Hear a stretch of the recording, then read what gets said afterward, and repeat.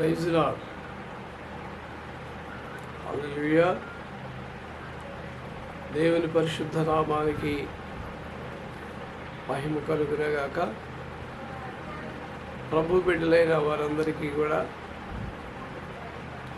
దేవుని బిడ్డలైనటువంటి వారందరికీ శుభాలు, వందనాలు. ఈనాడు దేవుని వాక్యములో నుండి ఒక సందర్భాన్ని మనం చదువుకుంటున్నాము. కీర్తనల గ్రంథము, కీర్తనల యొక్క గ్రంథములో 113వ కీర్తనలో ఒక మాటను మనం చదువుతున్నాం. 113వ సంకీర్తనలో 113వ సంకీర్తనలో 7-8 వచనాలు మనం చదువుకుంటున్నాం. 7-8 వచనాలు మనం చదువుకుంటున్నాం. 113 అధ్యాయము 7-8 వచనం. ప్రధానులతోనూ తన ప్రజల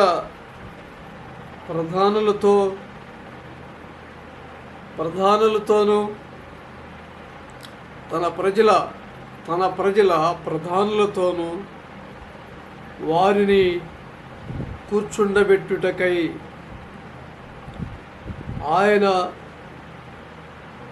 నేల నుండి దరిద్రులను లేవనెత్తువాడు. ఆయన అనగా సృష్టికర్త అయినటువంటి దేవుడు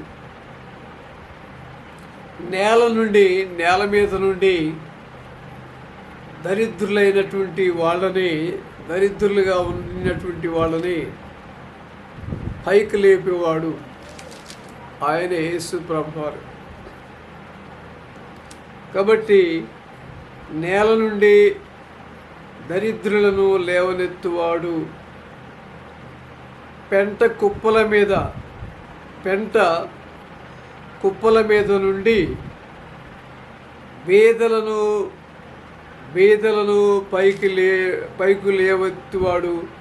పైకెత్తువాడు ఆయనే. కాబట్టి ఈ వాక్యము నేటి దినాలలో, నేటి కాలములో 2026వ సంవత్సరంలో తమిళనాడు యొక్క రాష్ట్రములో జరిగినటువంటి ఎలక్షన్లో మరి తరతరాల నుండి వస్తున్నటువంటి పార్టీలు అన్నా డిఎంకే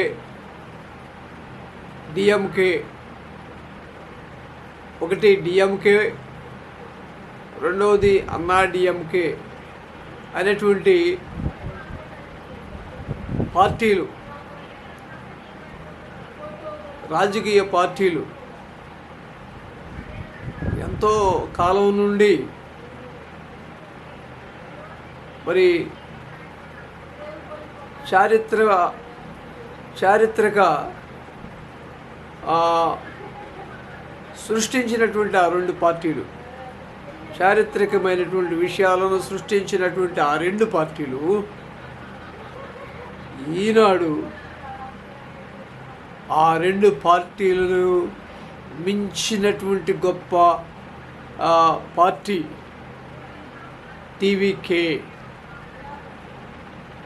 టీవీకే అనే పార్టీ క్రొత్తగా పార్టీని ఏర్పాటు చేసి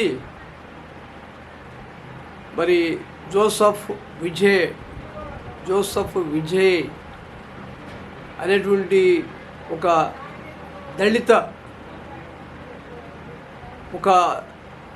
దళిత వర్గానికి చెందినటువంటి ఒక దళితుడు, దళపతి జోసెఫ్ విజయ్ అనేటువంటి ఆ పర్సను తమిళనాడు రాష్ట్రంలోనే పూర్వం నుండి ఉన్నటువంటి పార్టీలను అధిరోహించి, పూర్వము నుండి పాతుకుపోయినటువంటి పార్టీలను అధిరోహించి ఒక గొప్ప పార్టీగా ఆవిర్భవించి ఈనాడు చాలా తక్కువ టైంలో, షార్ట్ టైంలో దేశ చరిత్రలోనే ఒక తమిళనాడు రాష్ట్రానికి ముఖ్యమంత్రిగా, మరి ముఖ్యమంత్రి స్థానాన్ని అధిరోహించినటువంటి జోసెఫ్ విజయ్, అందుని బట్టి మేము ఒక దైవ సేవకుడిగా చెందినటువంటి ఒక దళితుల్లో నుంచి పుట్టి ఒక దైవ సేవకుని యొక్క దేవుని సేవకునిగా నేనెంతో గర్విస్తూ ఉన్నాను. గర్వకారణమైనటువంటి విషయాలు ఈనాడు ప్రపంచంలో, ఇండియాలోనే దళితులైనటువంటి వారు, క్రైస్తవులైనటువంటి వారు, సేవకులైనటువంటి వారు గర్వించదగినటువంటి విషయాలు. జోసెఫ్ విజయ్ విషయంలో మేమెంతో గర్విస్తూ ఉన్నాము. కాబట్టి తరతరాల నుండి వస్తున్నటువంటి రాజకీయ పార్టీలు, ఎంతో పేరున్నటువంటి పార్టీలు, డిఎంకే, అన్నా డిఎంకే అనేటువంటి రెండు పార్టీలను అధిరోహించి ఉన్నతమైనటువంటి పార్టీగా, ఉన్నతమైనటువంటి ఒక వ్యక్తిగా జోసెఫ్ విజయ్ని మనం ఈరోజు చూస్తున్నాం. కాబట్టి ఆ యొక్క జోసెఫ్ విజయ్ క్యాబినెట్లో నుండి ఒక స్వార్థికుడు, ఒక సేవకుడు, ఒక దైవ సేవకుడు అయినటువంటి మరి తమిళనాడు రాష్ట్రానికి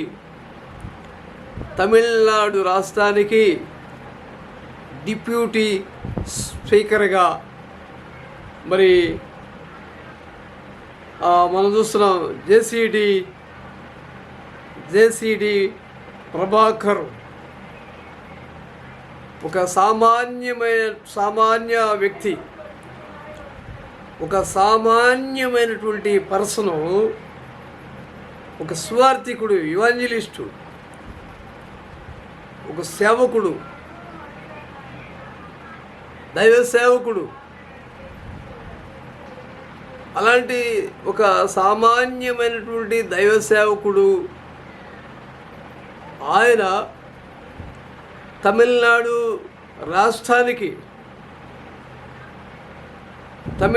యొక్క రాష్ట్రానికి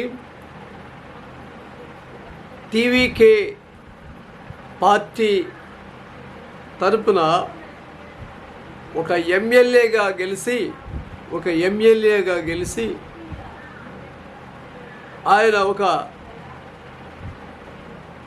ఒక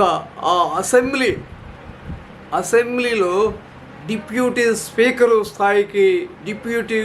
స్పీకరుగా ఉన్నతమైన స్థాయికి ఆయన అధిరోహించినాడంటే అది దేవుడు, సృష్టికర్త అయినటువంటి దేవుని యొక్క అద్భుతం అన్నమాట. అందుకనే వాక్యంలో మనం చూస్తున్నాం 113వ కీర్తనలో 7-8 వచనాల్లో మనం చూస్తున్నాం. ప్రధానులతో తన ప్రజల ప్రధానులతో వారిని కూర్చుండబెట్టుటకై ఆయన నేల నుండి దరిద్రులను లేవనెత్తువాడు, పెంట కుప్పల మీద నుండి బీదలను పైకెత్తువాడు యేసుక్రీస్తు వారు అన్నమాట. కాబట్టి ప్రియ దేవుని సంగమా, ఈనాడు భారతదేశపు చరిత్రలో, భారతదేశపు యొక్క చరిత్రలోనే ఒక తమిళనాడు రాష్ట్రానికి టీవీకే పార్టీ తరపున ఒక డిప్యూటీ స్పీకర్గా మనము జేసీడి ప్రభాకర్ ఒక స్పీకర్ స్థాయికి, ఒక ఉన్నతమైన అసెంబ్లీలో ఒక ఉన్నతమైనటువంటి స్పీకర్ స్థాయికి ఆయన ఎదగలిగాడంటే అది యేసుక్రీస్తు వారు చేసినటువంటి గొప్ప మెరికల్, అద్భుతం అన్నం. కాబట్టి మొట్టమొదటిసారిగా ఆయన అసెంబ్లీకి ప్రవేశించినప్పుడు దైవ గ్రంథాన్ని చదివి, పరిశుద్ధ గ్రంథమైన బైబిల్ గ్రంథాన్ని చదివి ఆయన ఆ డిప్యూటీ స్పీకర్ హోదాలో ఆయన కూర్చొని ఉన్నాడు అన్నమాట. కాబట్టి ఈ భారతదేశం ఎవడి సొత్తు కాదు, ఎవడి సొంతం కాదు, ఎవడి సొత్తు కాదు. ఈ భారతదేశం అనేది ఒక సెక్యులరిజం, ఒక సెక్యులరీ కంట్రీ. ఈ భారతదేశంలో ఎవరి మతాలను వాళ్ళు ఆరాధించుకోవచ్చు. నువ్వు క్రైస్తవుడు అయితే నీ క్రైస్తవ్యాన్ని నువ్వు సేవించుకోవచ్చు. నీవు హిందువు అయితే నీ హిందూ మతాన్ని నువ్వు ఆచరించుకోవచ్చు. మరొకరు ముస్లిమ్స్ అయితే ఆ ముస్లిమ్స్ యొక్క మతాన్ని వారు సేవించుకోవచ్చు. అలాగనే సిక్కు అయితే నీ మతాన్ని నువ్వు సేవించుకోవచ్చు.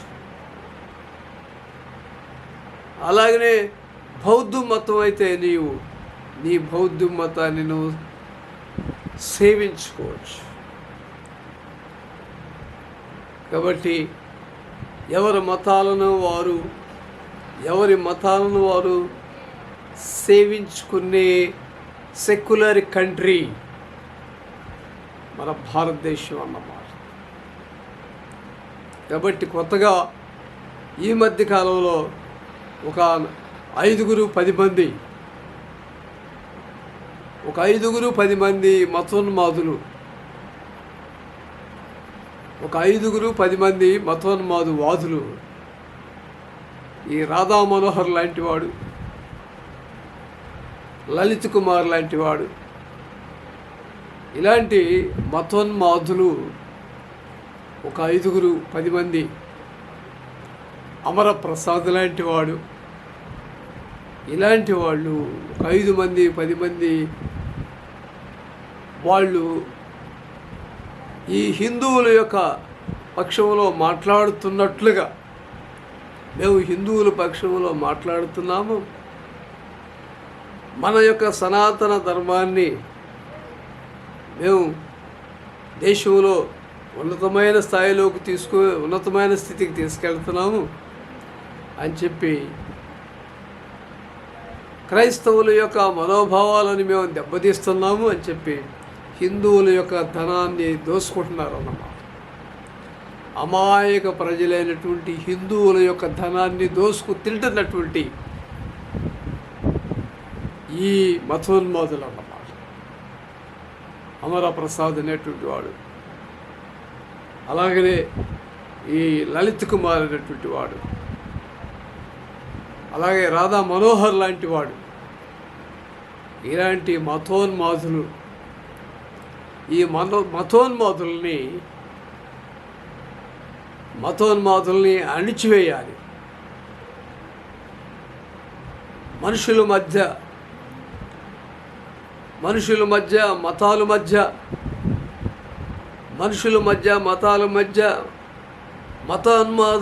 మతోన్మాదాన్ని రెచ్చగొట్టి మనుషుల మధ్య చిచ్చు పెడుతున్నటువంటి ఈ మతోన్మాదులని అణిచివేయాలన్నమాట. అప్పుడే మన భారతదేశం ఆశీర్వదించబడుతుందన్నమాట. అప్పుడే మన భారతదేశం దీవించబడుతుందన్నమాట.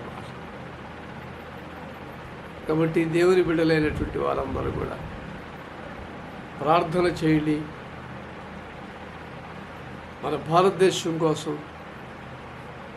భారతదేశంలో ఉన్నటువంటి మతోన్మాదం అణిచివేయబడాలని, క్రైస్తవ్యము విస్తరించాలని దేవుని బిడ్డలైనటువంటి వారందరూ ప్రార్థన చేయవలసిందిగా ఈ మాటలు మీ అందరికీ తెలియజేస్తా, మీ అందరికీ యేసుక్రీస్తు వారి నామములో శుభాలు వందనాలు తెలియపరుచుకుంటూ నా మాటను ముగిస్తూ ఉన్నాను. జై క్రీస్తు, జై జై క్రీస్తు.